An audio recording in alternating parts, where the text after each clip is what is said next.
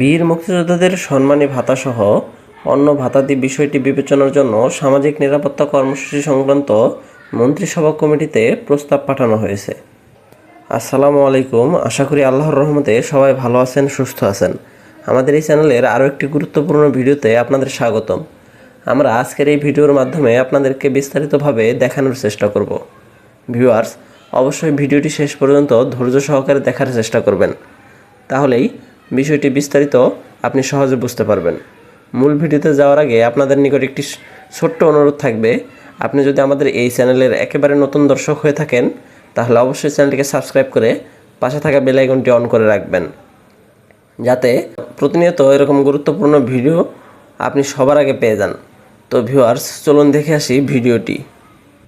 মুক্তিযুদ্ধ বিষয়ক মন্ত্রী আ.খ.ম. মোজাম্মেল হক বলেছেন, বীর মুক্তিযোদ্ধাদের সম্মানী ভাতাসহ অন্য ভাতাদি বিষয়টি বিবেচনার জন্য সামাজিক নিরাপত্তা কর্মসূচি সংক্রান্ত মন্ত্রিসভা কমিটিতে প্রস্তাব পাঠানো হয়েছে। এই কমিটির সভায় গৃহীত সিদ্ধান্তের পরিপ্রেক্ষিতে পরবর্তী প্রয়োজনীয় ব্যবস্থা নেওয়া হবে। গতকাল জাতীয় সংসদ অধিবেশনে প্রশ্নোত্তর পর্বে তিনি এ তথ্য জানান। আওয়ামী লীগের সংসদ সদস্য ইফতেখার উদ্দিন তালুকদারের লিখিত প্রশ্নের জবাবে তিনি আরও বলেন, বীর মুক্তিযোদ্ধাদের সুযোগ সুবিধা বৃদ্ধির জন্য সরকার প্রতিনিয়ত কাজ করে যাচ্ছে।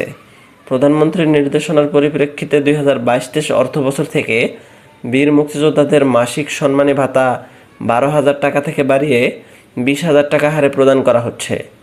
বীর মুক্তিযোদ্ধাদের সম্মানী ভাতা বৃদ্ধি সংক্রান্ত সামাজিক নিরাপত্তা কর্মসূচি সংক্রান্ত মন্ত্রিসভা কমিটির আওতাভুক্ত। এই কমিটিতে ভাতা বৃদ্ধির বিষয়টি বিবেচনার জন্য প্রস্তাব পাঠানো হয়েছে। এম আব্দুল লতিফের লিখিত প্রশ্নের জবাবে মন্ত্রী জানান, মুক্তিযোদ্ধা বিষয়ক মন্ত্রণালয়ের সর্বশেষ গেজেট অনুযায়ী দেশে শহীদ বুদ্ধিজীবীর সংখ্যা 560। তালিকা তৈরির কার্যক্রম চলমান। এ সংখ্যা আরও বাড়তে পারে।